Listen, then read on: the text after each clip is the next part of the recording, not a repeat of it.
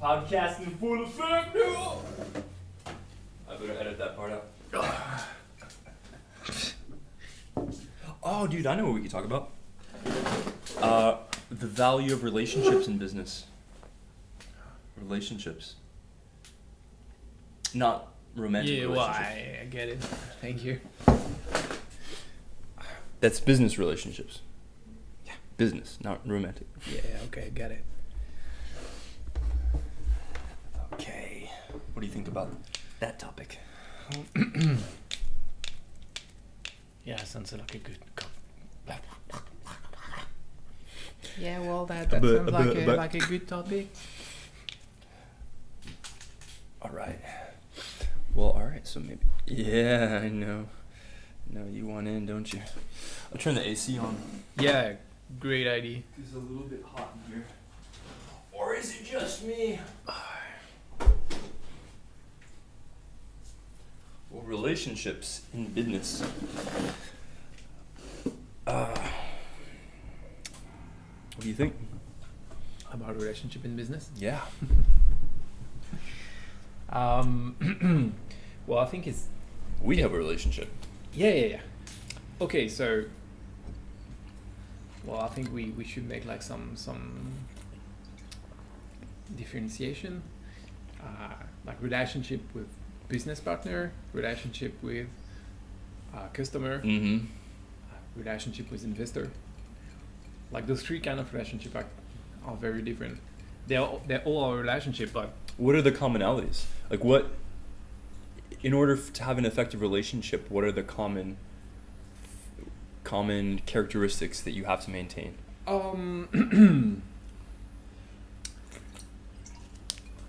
Well, the common characteristic is your company. I mean, is the service that you provide.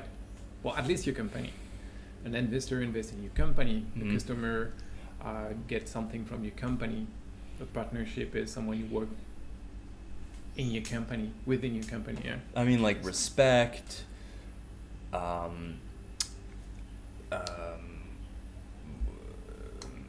what else? Boundaries. Like, what are the characteristics that, regardless of the type of relationship, Okay. in order for it to be effective, you have a certain things. Yeah. Okay. I was. Well, the way I get it is like, what is Mhm. the common point, like, with all those type of relationship. I know. Well, that's a good question. I will say, okay, so probably the first one for me will be respect. What does that mean? What does that look like? I mean, respect, bro. Okay, so respect is from your customer perspective, is respect of your work. It would that for the customer perspective. For the like partnership perspective, I think would be the same. It would be you know, like the investment you put in the company, Mhm. what you do for the company. But also like, I would say like, just generally speaking, like just respecting people, yeah, like be on time if you have an appointment. Keep your commitments. Yeah, Yeah. exactly. Open channel for communication. Take ownership and responsibility if you fucked up something, you know. Don't really, oh well, you know, but it was, and because of, and I was, and well, dude, at the end you fucked up, so just, you know, just take it. Yeah, take it. Own it. Yeah. You know, one of our customers, and I'm not going to say who, but he's a really amazing customer to have him, but he's a very successful person, and he's a very inspiring person, and I'm very honored that he's one of our customers, right? I offered to help him with something unrelated to our business, but it's something that I'm exploring as a business opportunity, right, about hiring. And he's like, yeah, okay. And we scheduled a call. And then I failed to show up for the call. Or like I canceled it last minute. And he's like, yeah, okay, whatever.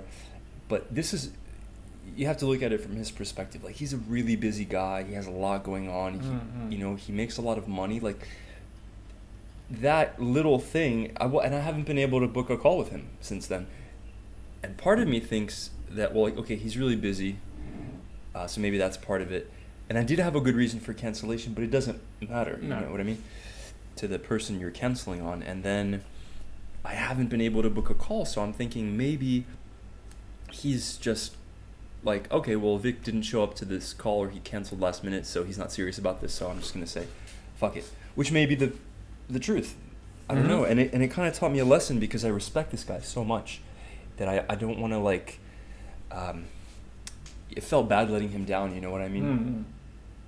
It's kind of like your parents or a mentor. You don't want to let them down, Mm. because, and he spent a lot of money with us. He's been a very good customer, and I felt bad about it, and that feeling was like a lesson to me, like, don't do that thing. Mm. That is not how you nurture a relationship. That's how not to nurture a relationship. Well, that's exactly that. That's when I was talking about respect. That's it. It's like respect other deadlines or jobs, or you know, they do stuff too. They have job to do. They have work to do. Yeah. So if you set up an appointment with them, well, just Yeah. just show up. Yeah. Show up. Hmm. Seems like we talked about this before too.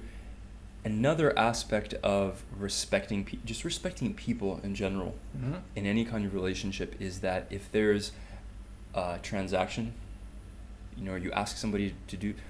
I mentioned this in an earlier episode that one of our mutual acquaintances kind of messaged me on Facebook, and he's like, "Hey Vic, can you help me? Like, I don't know, what does it mean when a WordPress site is indexed?"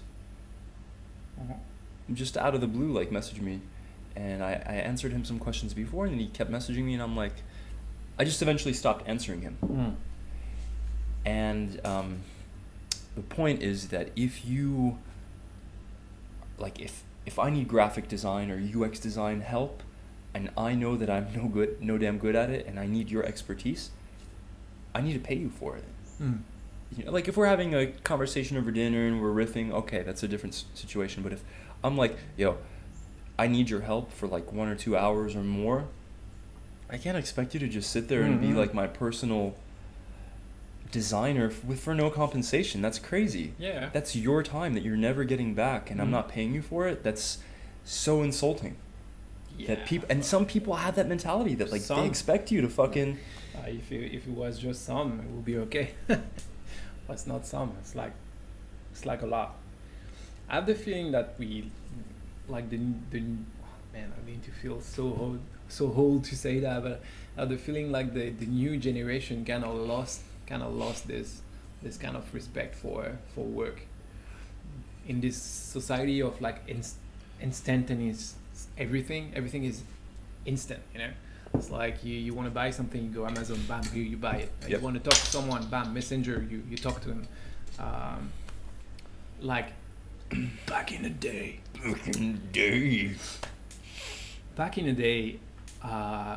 dude, if I want to write to someone, Yeah. I have to go on my desk, take a piece of paper, and start writing something. Paper. Yeah, What paper. the hell is that? Put it on an envelope, put a stamp on it. What envelope? Yeah, and post it. Come on, man. What? You're not so young compared to me.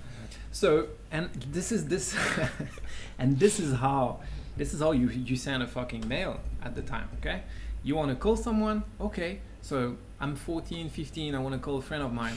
What I I'll go to the living room, take the family phone, dial my friend, and big chance I'm going to have a parent first. Hey, hello, Mrs. Whatever. This is Leslie. Is it possible to talk to whatever? Oh, no, whatever is actually grounded because whatever. Oh, okay. Well, thank you. Bam. Oh, fuck, man, I can't talk to my friend. Okay. Now it's like, hey, go Messenger. Hey, yo, bro, what the fuck? You know, instant. Right. Everything is instant. So you don't have all those like, it's like everything you do now is like remove all the mindfulness of it. When you at my time when you want to write a mail, you really write it. So you put thought on it. Like you write it and you're like, oh, you think about okay, maybe oh shit, okay, do it again. You know, it means something. Now like writing an email is like, yeah, open, okay, well, hey, blah blah blah blah, I want this and this, okay, send, boom. is no, you really remove all this mindful thing of it. So it's more easy to be disrespectful in an email. Yeah, and You- shallow. Yeah, it's like, it's like we remove with like the advancement of technology and like everything is fast, we kind of remove this kind of respect that was coming with everything we've been doing before. Yeah, and we've removed the gatekeeping aspect as well. Yeah, exactly. And we So- were talking about that for our service, because people they I don't know if they do it like intentionally, some of them, but they sort of ignore our terms and our requests to, hey, if you have a business related inquiry, like send it to our help desk. So Yeah. because it allows us to help you better, actually, because then, okay, is this something that Leslie is best suited for? Okay, I'll assign that to Leslie and he'll take care of you. Otherwise, there's a lot of back and forth. And email, it's like if somebody emails you, it's like they're in your inbox. You didn't ask them to be there. Mm-hmm. Well, it sounds rude, but I mean, No, it's in this context. yeah. Well, other feeling like now, like okay, the new generation that don't see that this way, but like I really see my mailbox as something really private, man. Honestly, when I see email that I've not requested, like for selling me anything, dude, I hate it. I'm like, fuck, man. How did they get there? Yeah. Oh, dude, I hate that. It's just like and I understand like kind of cold email marketing stuff. We go, I'm a marketer too, and I do that. But on every of the email I send, Yeah. you have on the email a clear link that you can just click and you will be out of my next one. You will never hear from me ever, because it's a good practice. Yes, it's what you do. But man, a lot of people, they just send email and you have no way to unsubscribe. They Really? Dude. I've never seen that. Oh yeah, well in my inbox. I've seen I get a lot of spam, but you can unsubscribe. Dude, I do. The very last one was, okay, I was signed up to what's the name of this service? HubSpot. The one I'm talking to you is like kind of a Hubstaff? Hubstaff, yeah. Hubstaff. Team management kind of Yeah. thing. Okay, well, the first email they were sending to me were like, hey, you just signed up, awesome, blah blah blah. I'm whatever, the onboarding guy at the company, and I wanted to ask you blah blah blah. And I was like, I understand the procedure, but I don't ask for it. I was like, yeah, dude, I don't care. I don't need that. I know what I want to do with your software. I don't need all those onboarding stuff. Okay, where I click to unsubscribe, no unsubscribe link. It's like, fuck, man. And I received like one or two other email, and one other, and the third one come with a unsubscribe link. Interesting. And I was really pissed off. Really. I was like, dude, that's really unrespectful. I was feeling like You're feeling like it was an intrusion into your life, yeah? Yeah, exactly. It's An like unasked for intrusion. That's the problem. That's the problem. exactly. And I feel the same with phone and with Facebook or any kind of social inquiry. Which is why you deleted your messenger, your Yes. Facebook Messenger, yeah. I've done that. And I'm guilty of being the one to message you, but it's ultimately it's on you to set the limits of your to set the boundaries, right? We're talking boundaries. Sure. Well, the whole point of it of what I try to say is like new generation, they seem to not care at all. These kids these they days. give you emails, phone, WhatsApp, Skype, Messenger, friend you on Facebook. Like it's like, okay, it's no problem, dude. I all my Facebook is like compartmentalized. Yeah. I have lists. If you request a friendship, I will say yes, sure, because I do also business with Facebook. But you will go straight away to like a acquaintancy list, and you will see nothing about my private life. But like kids now, they just like add you and you access to all their life, dude. I can go on like so many profiles and just see fucking everything. Yeah. Because they just don't care. For them, it's like the new normality. It's the new thing. For me, it's completely disrespectful. Like, really, really completely disrespectful. Like, sign up for one of my services, then add me on Facebook and start talking to me about like business related to my services, super disrespectful. Because on every of my services, you have support mail, you have we have fresh desk. You can send us requests. We have a live chat. You have like at least 3 ways. And people do that intentionally sometimes when there's an emergency, whether it's a legitimate emergency or a manufactured emergency. Yeah, whatever. Usually manufactured emergency. They'll, and I've seen this happen multiple times in our businesses, like if there's some kind of issue, the customer will send a support ticket, of course, then they'll CC my main email, then they'll CC my secondary email, they'll CC my tertiary email, they'll message me on Facebook, and they'll call me. Well, that's awful. and the thing is, it's that's my fault, because again, it comes down to it's on you to define your boundaries. All right, if we don't want people to email us at home or email us, then cool, we'll just set up a forwarder. Or you don't want people to call, you don't put your phone number on your website. That being said, they will find you. Yeah, they will find you. Stalker. And but from their perspective, if their site is down on the weekend or something, they need a way to contact you because that is a legitimate emergency. But then again, you're talking about like there's a lot of emergencies that aren't really emergencies, and I can think of one past customer who, we left on good terms and stuff, so there's no problem, but basically every other email that they sent was like priority in caps. From our perspective as business owners and as people who are providing a service, it's actually really stressful to see that. Oh yeah, isn't it? It's like a flashing sign, and it's like, okay, that means whatever I'm doing right now, I have to drop it, and I have to address this emergency, but it's not a real emergency. So they're abusing this system, which to my mind is you have to let that person know that, hey, you're abusing our terms, you're abusing our attention, and you make it clear that like that's not cool for us, that's stressful, and it means that we're like, because here's the thing, only one thing can be a priority. That's the definition of priority.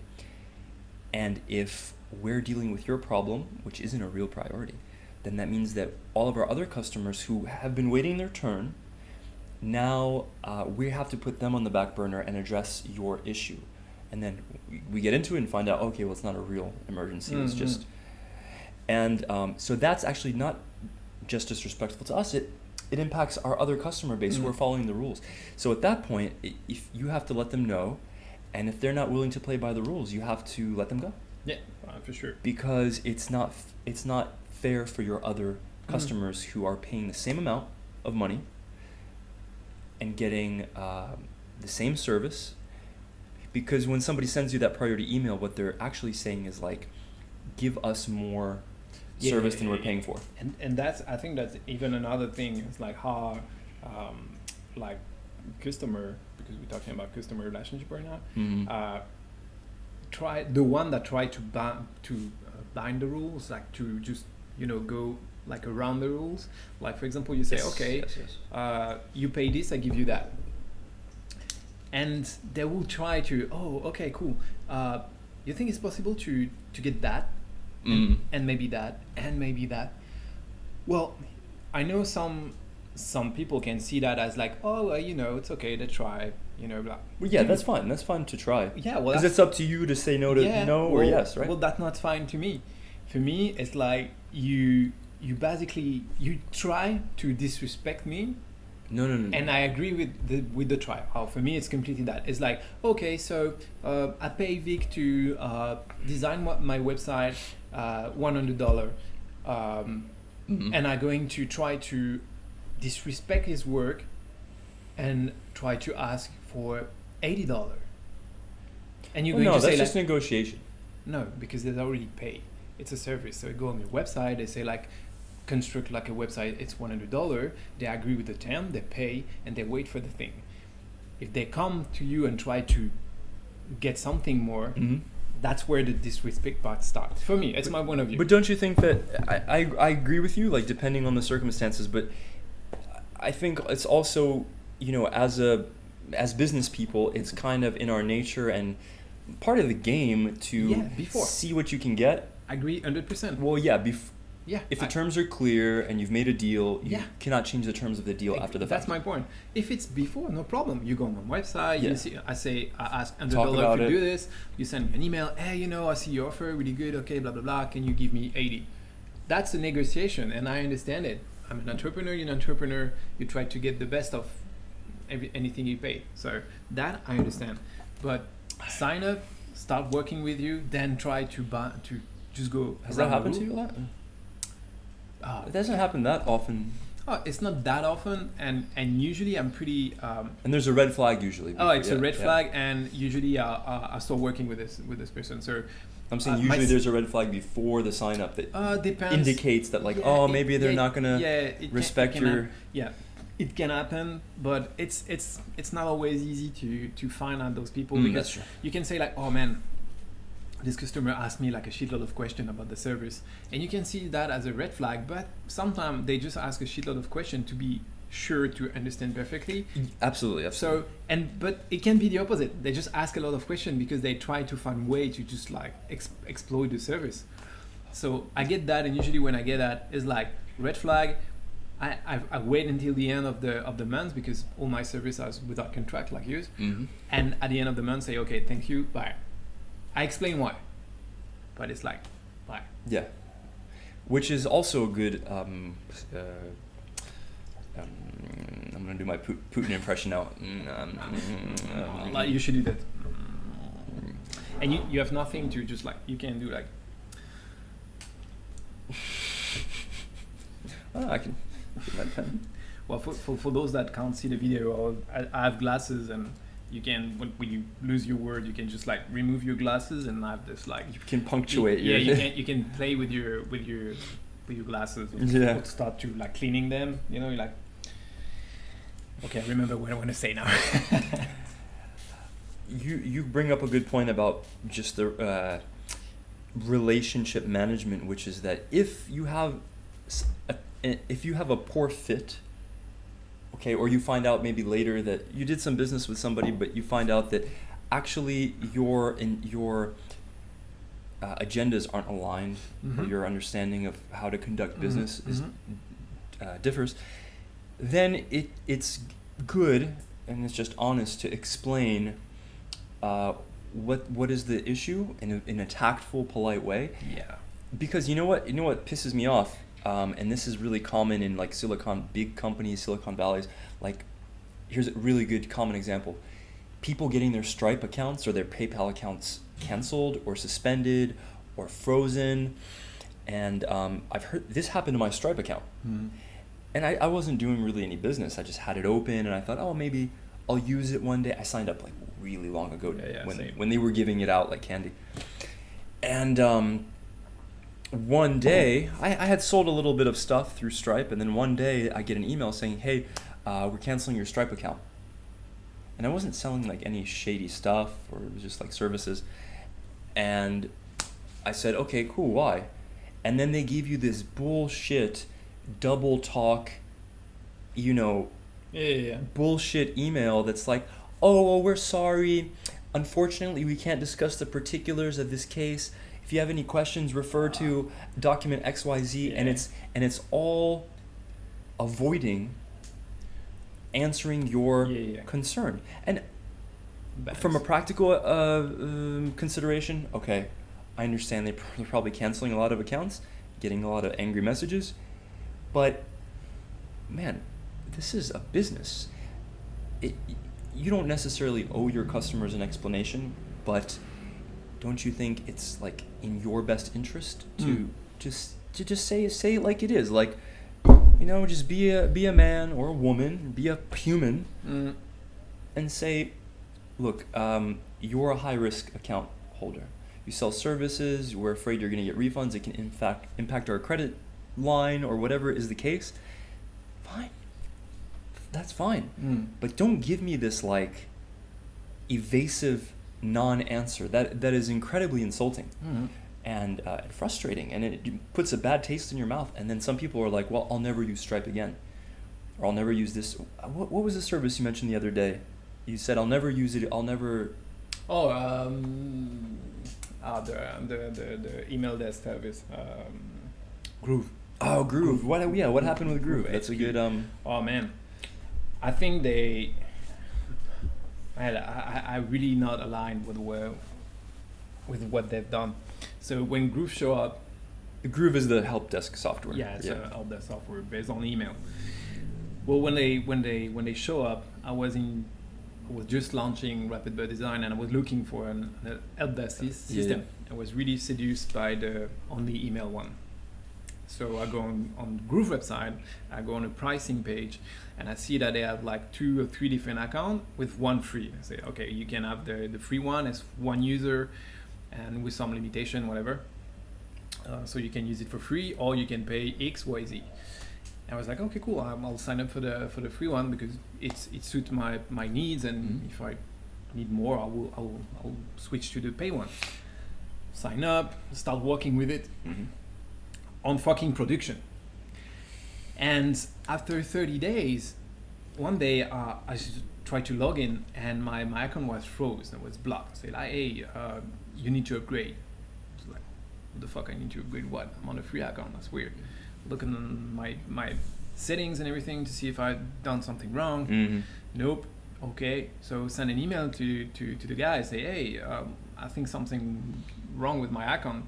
It's frozen. Ask me to upgrade, but I'm on the free version of it. And dude, they answer me like, oh yeah, well, actually we don't have a free version. It's a normal version, but we can extend 30 days more if you want it. What the fuck? Seriously? They advertise they advertise a free account. Not a free trial. They don't say like it's a free trial of 30 days. It's a free account. It's a free account, like free forever. Yeah. And it wasn't there. It was a fucking lie. It was a straight up lie, yeah. Dude, I was like, well, you know what? I don't even answer that. Close my account. I mean, I don't even close my account. I just like stop using it. I send email to all my friends I know were using like service like that and was looking for a new one. Say, don't go with Groove. They fucking, dude, that's just, I think it's wrong. So, and still now, I just say, every time I can say shit about Groove, I will do it. Every time, man, because it's wrong. It's wrong. You gotta be careful with your reputation, man. You could, and sometimes you could do a bad, like, unethical thing unintentionally, or maybe you're just stupid or new. I know when I started in business, I did a lot of wrong things, but that's something that you don't necessarily know, or you're too immature as a business person, but as a human being, to like do the right thing. And it's amazing because business is a vehicle for learning how to treat people well, because you're not going to go far in business if you rip people off, if you're impolite, if you're just like a human being, like a business to business, human to human, it's a very parallel dynamic. And I remember when you told me that thing about Groove, I added sort of a counter argument, which is that it's a business's right and it's a business's imperative to change the terms of their service as they evolve as a business. But that's not the case here. Nope. Because they actually just lied about what is the terms, which is what soured you. Yeah. But like in my MemberFix business, I've changed the terms numerous times, but that's precisely because that's why our terms are month to month. There's no contract. Yeah, sure. Because you don't want to get married to your customers. No, well, you don't want them to be married to you. No, and vice versa. Yeah, sure. It makes sense. I mean, changing terms, it's on every terms. You have a line on every terms everywhere. We reserve the right to... to... exactly. That's the basic, you know? Yeah. But it's you have rule for that. The rule is like you have to honor the terms that you've already... Yes, and you have to explain to your customer that your terms going to change starting to next month. Then they can cancel if they want it, if they not agree with those terms. If you respect all this, there's Yeah. no problem. Of course, you can change your term. Yeah, But like with Groove, it wasn't like a term problem. It was They just were- a way to They were sneak just you- fucking lying. Oh, sorry. And I wonder if they even knew that they were doing that. Like, do you think it was intentional, or do you think that Fuck they just... yeah! I mean, they answer me. I say, "Hey guys, you advertise like a free account. I can find my email again, man. I have my email on my Gmail." That's such a short-sighted move. You would think that if they knew anything about business or, Oh, or man. anything about anything, who would do that? It's just like. And fuck if they that. did that and they got busted, then if they were clever, they'd be like, "Oh, sorry, man, we just were well, if they were like liars about it, they could have been like, "Oh, hey, we were testing our page, but no, sorry, we'll give you the lifetime free account," because that was the deal that you signed up for. Yeah, and actually, it's not even about a free account, because just after that, I was just paying for using Zendesk. So I was completely okay to pay for the service because I use it every day. Yep. So it's just wrong. They just made a very, very unhappy customer, and I will say shit about them every time I can. Yeah. Every Well, time. I'm not gonna get on your bad side. No, Vic. So yeah, that's kind of a golden rule in marketing in general. Like an unhappy customer express itself like 7 times more than a happy one. So Yeah. you don't want an unhappy customer. No, you don't. So yeah. And at the same time, you cannot prevent the situation where some customers, regardless of whatever you do, they're going to be unhappy. And that's a good criteria for like a bad fit. Yeah. Oh, It's sure. like customers that you can't please, or they're like tire kickers. Mm-hmm. And what I mean by tire kickers is like, like you go to buy a car, and the salesman comes up, "Oh, how can I help you?" And you're like, "Oh yeah." You have no intention of buying anything, but you're going around, you're kicking the tires. "Oh, this one, let me see under the hood." Yeah. You come back, 2 days later. Say, "Oh, hey, you again? Yeah, are you, where are you at? Do you want to buy a car?" Whatever. You go kick a few more tires, and it's not saying anything bad about any individuals, but as a relationship paradigm, that's not somebody that you want to deal with, who's indecisive, who doesn't have and one of the customers that and this was a hard lesson to learn, I told you, and we talked about this before, I had a feeling that this would be a bad idea. And this was a guy that I knew that we were kind of friendly and stuff. We weren't like best friends, but we could chat but ever since I knew this guy, I had a bad feeling about him. I felt like a negative energy coming off of him. And I just never felt comfortable around him. And then he suggested we do some business, and I tried to dissuade him, actually. And then he eventually said, "No, come on, it'll be cool," and whatever. It was a disaster. And it cost me money and time and nerves, and I'll never not trust my gut again. You mean you will never untrust your gut again? I will trust my gut from here on out. Okay. Well, I hear you, brother, because I get the exact same kind of stuff that happened like a few months ago, which is, working with friends, basically. Yeah. And he just enlightened me 2 things. The one first thing is, because I don't get like any like gut whatever, because we're friends, so I always really wanted to help, So, okay, here what I learned. The first thing is, don't work with friends. That's the first thing. Well, but we're friends and we work together, so there's got to be an exception to that rule. Yeah. What's the So exception? they're pretty rare. They're pretty rare. I think I think it can be an exception if you Don't work if with you- friends who if you wouldn't work with. Don't work with friends that don't understand what you do. That, for example, you like you're a carpenter, and like a friend of you like want to hire you to like build a roof somewhere, whatever. Well, if you don't know shit about like carpentry, whatever. Well, you can just like, "Hey, dude, like, can you think you can do that like for tomorrow?" Or I don't know, like, like this piece of food there, it's not really blah blah blah. Well, you will probably going to super piss off your friends because obviously you don't know shit about what you're saying, Oh, right, you're right. saying anyway. You put pressure on him. You ask for stuff that are not possible, like Mhm. whatever, just because you don't know shit about being carpenter. It's right? engaging somebody and hiring them for their expertise and then rejecting Yeah, that exactly. expertise. So if you work with a friend that is a carpenter, it's rather you trust him 100% and you let them do whatever Do their they need to job. do. Yeah, exactly. And it will work, okay? Or you don't work with them. So I think it's like the level of understand the way you understand your friend's work can be like a good measure to work Mhm. with somebody. So okay, so I will say like don't work with friends that that don't understand what you're doing. Or really filter them. You have to really Yeah. qualify them. Well, that's the thing because Because obviously, did you really qualify these people? Did you say well, like that's the thing. these okay? are my terms? Oh man, yeah, sure. They're non-negotiable. Yeah. Does any of this not make sense? If I do this and you're not happy, I'm keeping your money.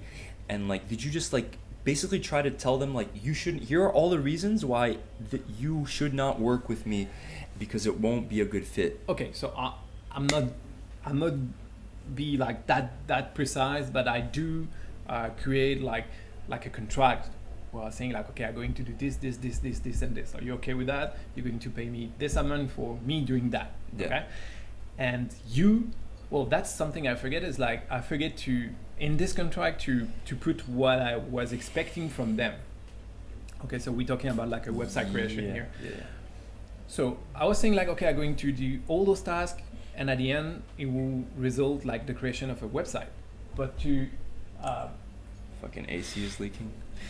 finish the job, I need you to do this and this and this, and I don't put that on the contract.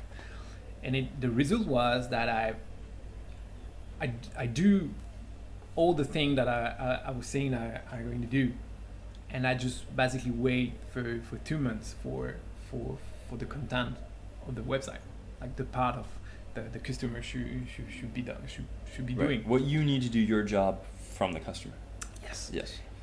And it ends with like a lot of incomprehension of like, because obviously I don't know what they were thinking, like that I'm going to magically create content in the website, or like I don't know, I just realized that they have like absolutely no idea of whatsoever about What's involved? Yeah. Yes, what's involved. Which is fine if they're paying you for a done for you service and they're paying you what it costs, what it's worth. Yeah. Which And- they didn't. No, I was under my normal pricing too because they're friend, And yeah, I realized that they just don't understand anything. They were like, oh man, it was like, it was just terrible.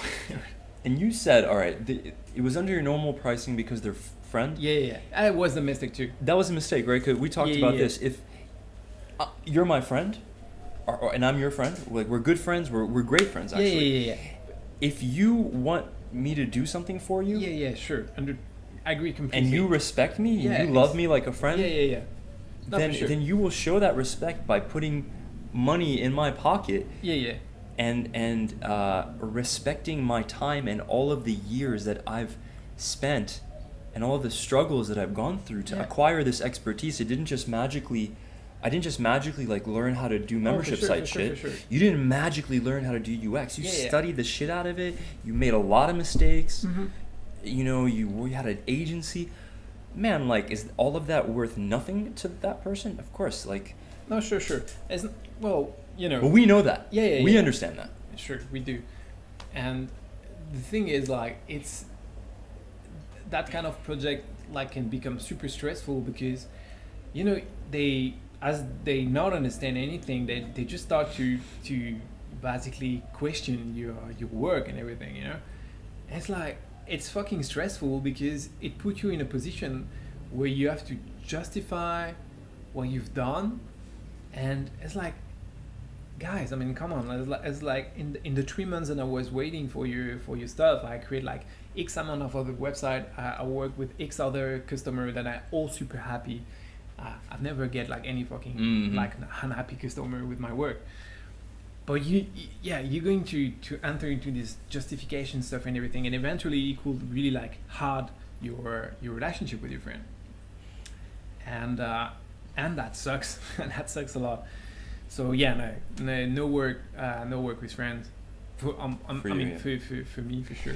I think we can distill a few general principles about relationships, business relationships, from these lessons. One of them is that your relationship with somebody on a personal level, if it's of a good nature, it doesn't necessarily follow that a business relationship or a romantic relationship or any other kind of arrangement is going to be equally amicable. Mm-hmm.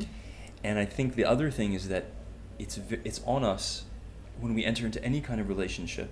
We talked about this in the context of romantic relationships, is we have to set very clear expectations, very clear terms. Yeah. And that lack of clarity is what bites us in the ass.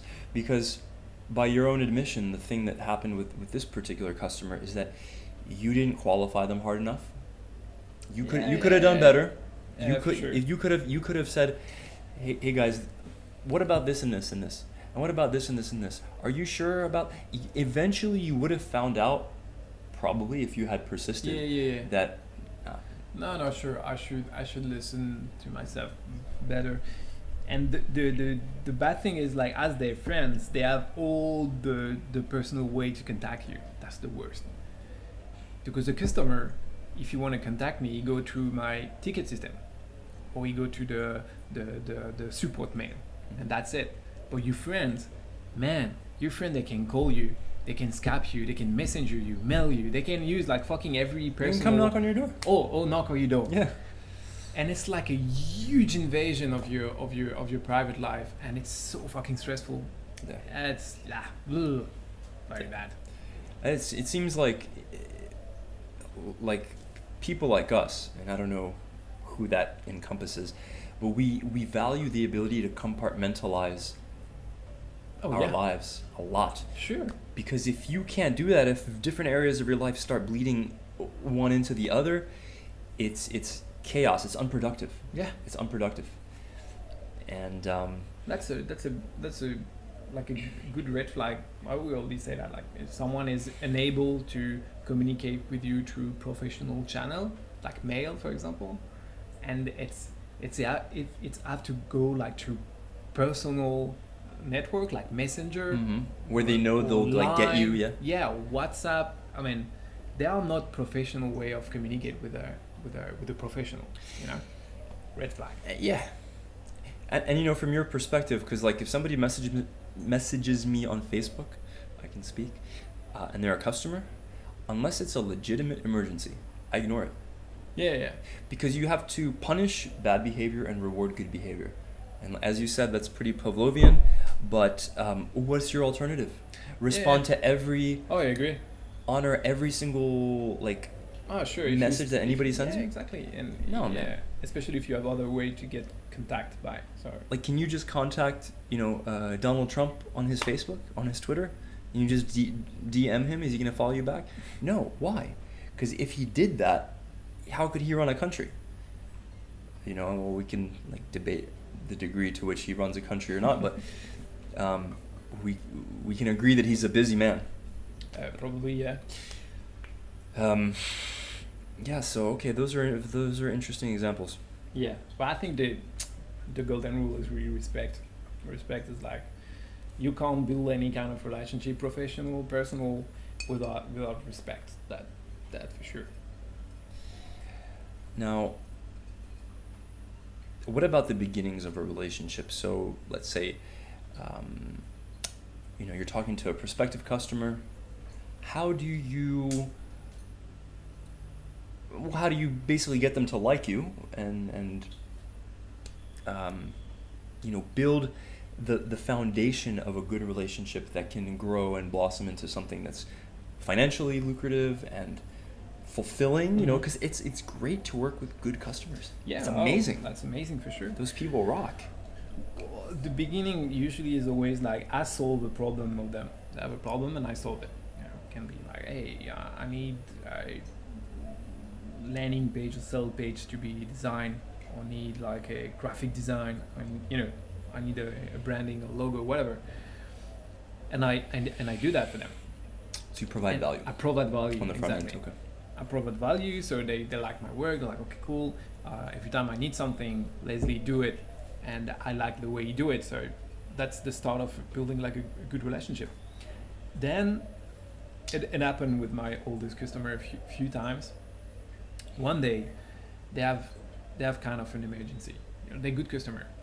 I will say like, hey Leslie, okay, I know that it's not like a okay. I'll take one example. I have one customer on Rapid Bird Design. Is one day he sent me a request to say, hey, well I know that you don't do illustration, but you know I've this presentation and I don't know what to do. I really need to replicate this design, and I look at the ticket and it's a really good customer, always like really respectful and everything. And as a reward of that, I say, hey, well, you know what? It's no problem. Sure, of course we don't do illustration because, well, first I'm not an illustrator, so that's first why we don't do that. But I will definitely help you out with this. Undercover, I'm not an illustrator, so I will do my best to do something that is okay, and I hope it will be okay for you. But yeah, sure, of course, I will help you out, and I do the illustration. I sent it, and he was really happy with it. Thanks God. And that's how you build long-term relationship, because this customer, he never abused the system ever. Yeah. In 2 years of Rapid Bird Design, maybe he asked like 2 times, like kind of outside. Special request. Yeah. And I was here. I was there to answer it and just to do the job. So you start by providing the value. You just provide what actually your customer pay for. Then after like X time working together, you can start to provide a little bit more, you know, if they need it. Time to time, you know, like be just beyond the one you usually deliver. And this is how you actually build like a good relationship. And by just be aware of who are your customer, you know, like I know like this customer like run a super big blog, and I just time to time just go on the blog, look at what he posts and what he's talking about. We also connected on Facebook, so I see what he posts sometime, you know. If he posts something about like, hey, I look for a place to go in holidays, whatever, in South Asia, we send an email. Hey, you know what? I live in Thailand, so if you want to come there, you can go there. Like, you know, it's small attention, but that's what builds like a long-term relationship with customer. Yeah, and you know what? You have to nurture your relationships. Yeah. That's an example of nurturing your relationships. Just like your personal relationships, you have to nurture them. Yeah. Even with your family, man. I mean, like, relationships are like plants. They require soil, fertile soil. They require watering. They require sunshine. They require attention. And in our kind of compartmentalization, we can sometimes neglect to do that as well. At least I can. I know you're a very like relationship-centric person. Yeah. But I definitely. And even in my business, you know what? I'll give you 2 tips that I have done with all my business, and lately with Rapid Bird Design is every time I have a new customer that sign up, I create like a D date on my contact management system. I say, okay, this customer become a customer this day. Every other year at the right time, I will send an email and say, hey, you know what? It's 1 year that we work together, and give some like funny stat, you know, like, hey, you send me like X amount of tickets. Remember this day when you asked me, like, you know, just like an email. Customer happiness. Yeah, exactly. To just remember that I remember it's 1 year. Give something, you know, if I can, like, you know, send a bottle of wine. Yeah, whatever. That's the first tip. Just like note the anniversary sign up, and just like send a nice something. Same if you can get the birthday of your customer, same thing. Send like just a small, hey, happy birthday, you know, blah blah blah, with a nice handmade design, whatever. So that's the first thing I do when someone sign up. The second thing I do, past X months of being a customer, I will send you a handwriting letter. And so I've made I've made a card to be print, and I will write like a Yeah, like a you small, sent one to me. Yeah, sure, right. exactly. I will send like a hey, thank you to be a customer, and I send you a card with like some stickers with the logo of the company and everything. You know, just to say thanks, cool man. And that's how I build like relationship with my customer. That's good stuff. I've noticed that I've never done anything like that, but I think that would be like a good thing to implement, especially as we grow, Mm-hmm. right? To combat churn but just to be, I don't know, good. Yeah, just to make To your be cool, customer, man. yeah. Because you know what? Some of our customers, man, like I've met them in person, and like these are people I'd like have a beer. That's a good test, man. The beer test. Have you heard that? Oh yeah, if you can have a beer with your Like, customer. could you have a beer or a glass of wine with this person? Mm. Or are they like a schmuck and you just have nothing in common? Or maybe they're, they don't drink. Okay, can you have a cup of coffee or something? Okay, or maybe they're Mormon, they can't drink coffee. Can you, have a nice glass of ice water or lemonade? But you get the point. But one thing I found is that sending our newsletter, and my newsletters are really long. As you know, they're like, 5,000 words.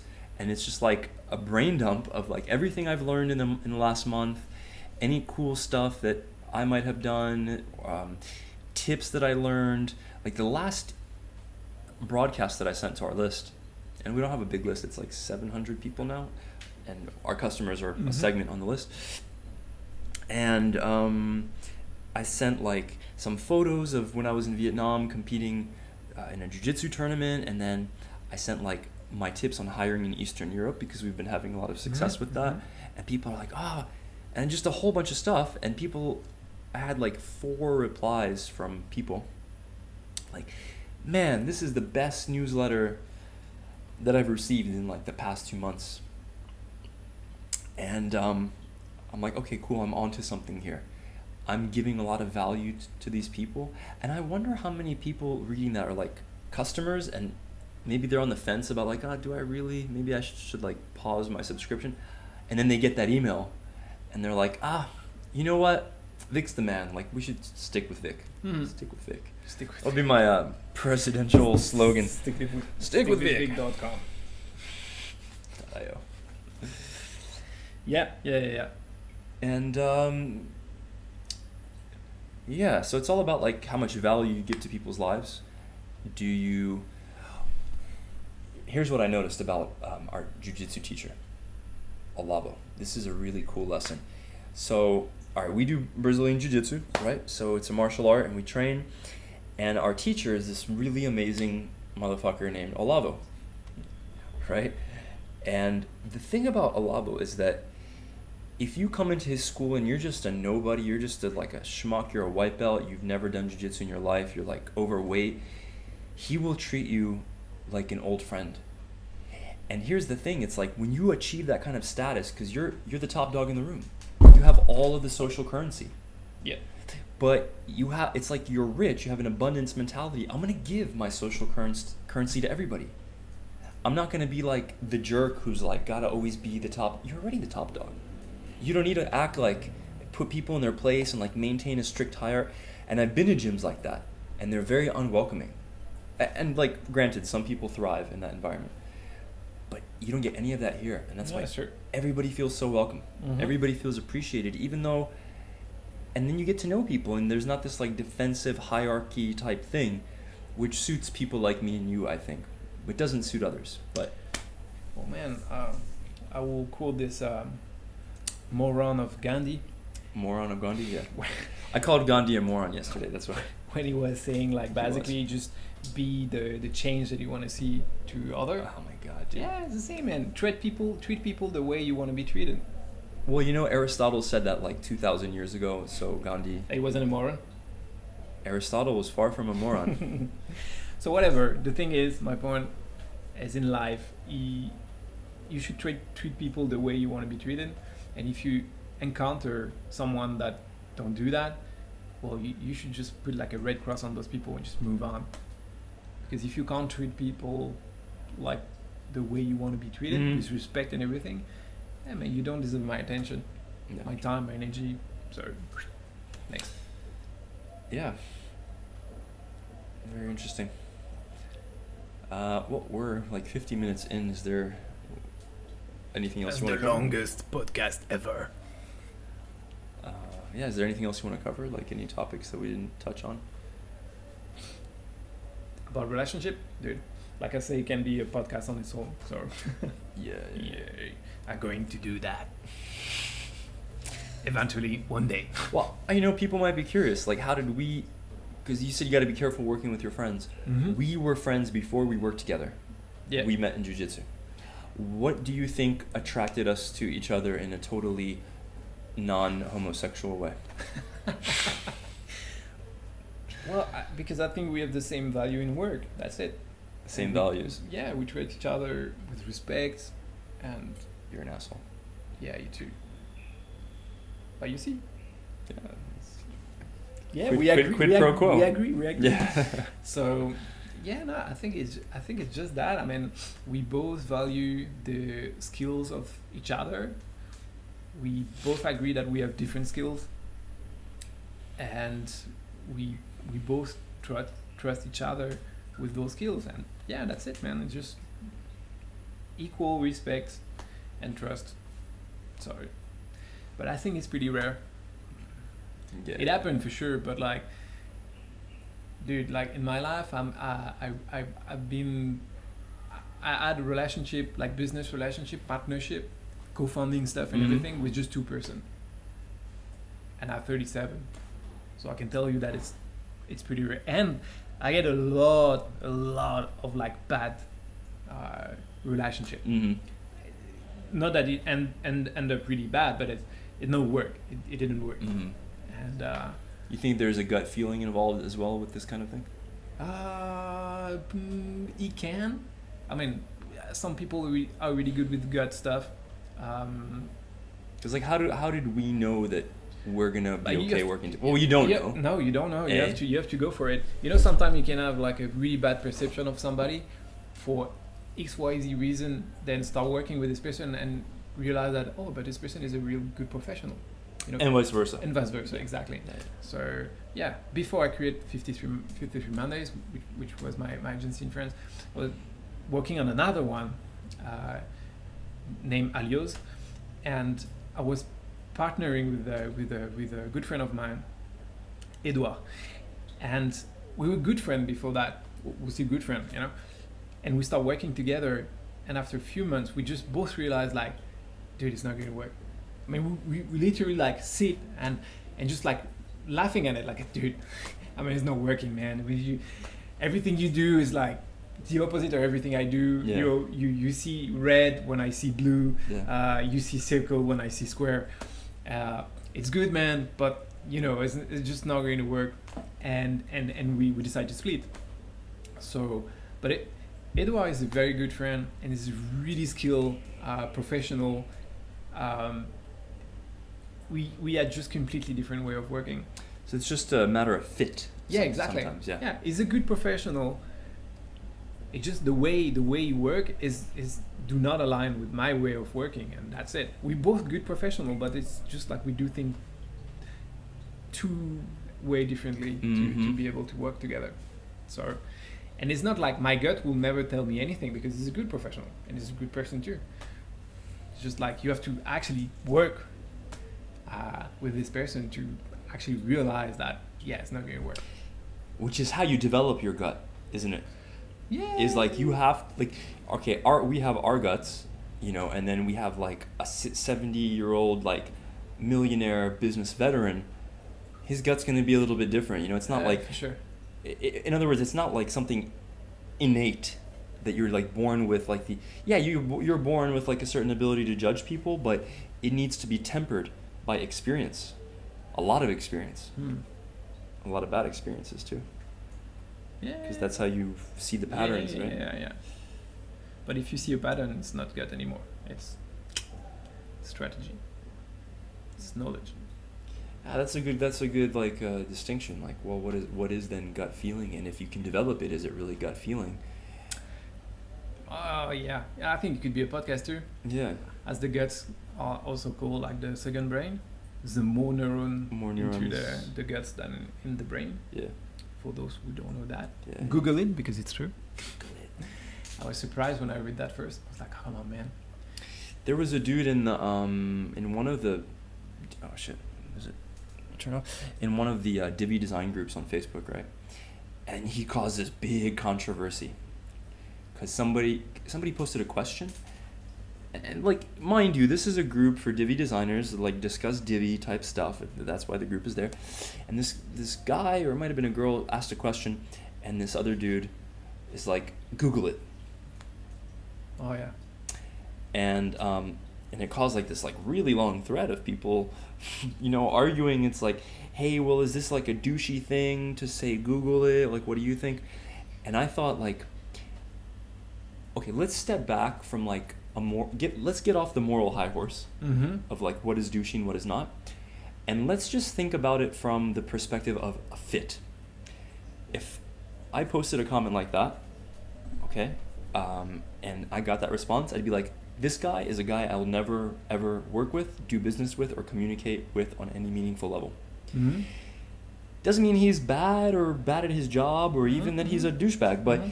it means that, to my mind, he doesn't fit with my style of communication and my perception of what is like rude and polite.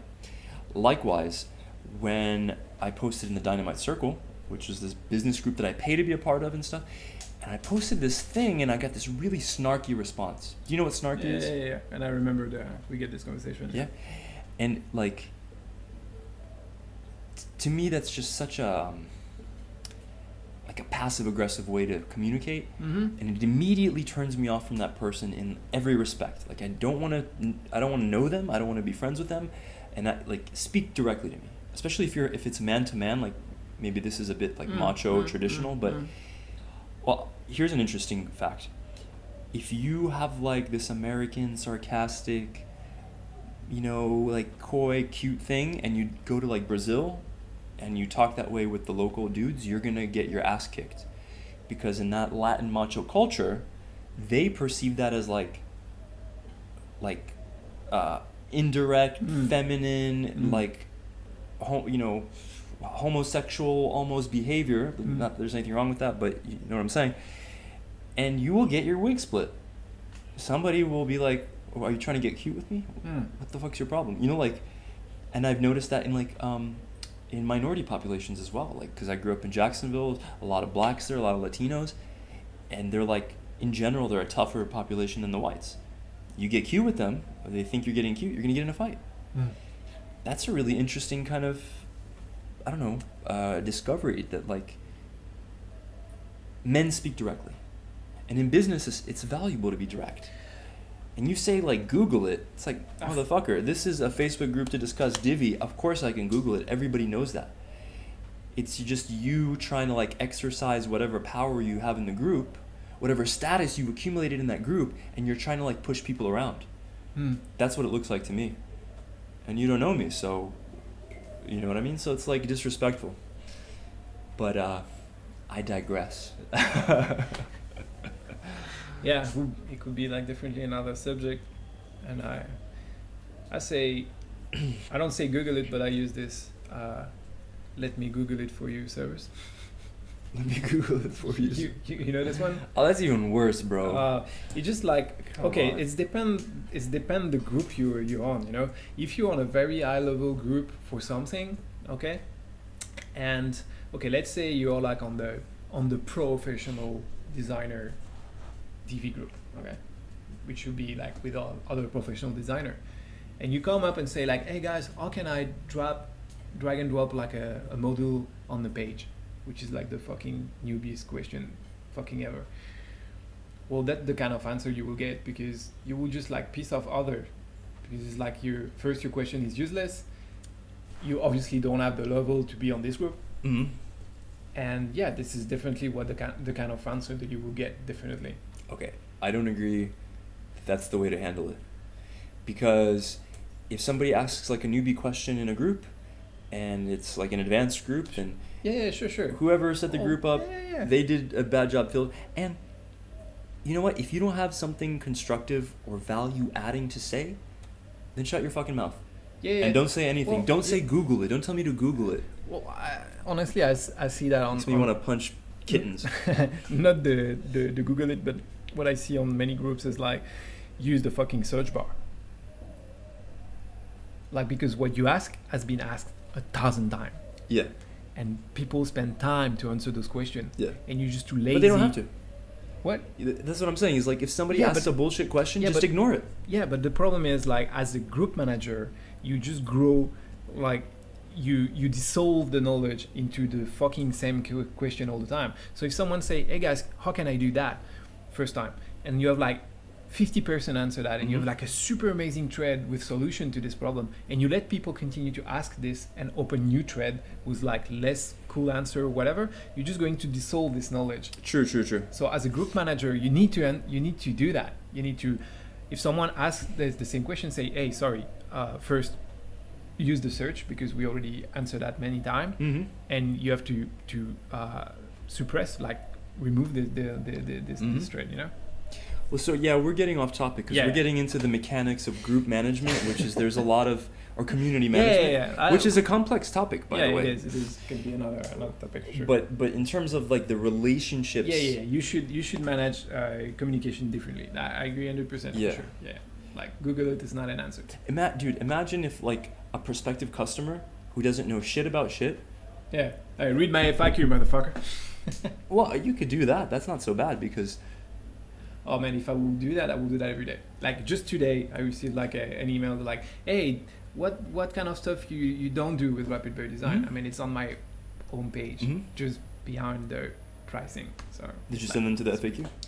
no, I answer. I say like, hey, we don't do this, and this.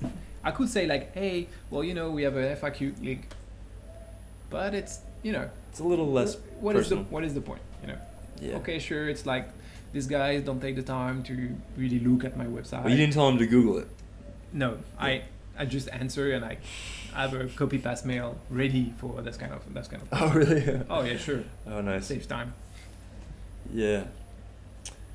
Well, that's good. That's interesting, man. So relationships are really, and have you found that relationship? Well, this is kind of a, not even a real question because the answer is a rhetorical question, but how important is relationship building in business? Because I haven't done that much relationship building with my customers, but we have good customers, and I wonder if that's because marketing, good marketing, which I've kind of handled that somewhat, is almost like a replacement for building a relationship because it does the same stuff. It establishes your authority, your expertise. It builds social proof. It sets your status. Well- It sets the value that you can provide to the person's life, that you can solve their problem. Okay. It's not a relationship per se, but it's Well, I will say it could definitely be another subject. Is content marketing Yeah. can replace build relationship building mhm. with customer? Definitely a complete subject. Yeah. That's what my answer. I mean, I say that because it's already like an hour. All right. Cool. On that note, so we're gonna cut the podcast off. That's all we've got. If you guys have any questions or comments, Google it. Read our FAQ. Have a good weekend, guys.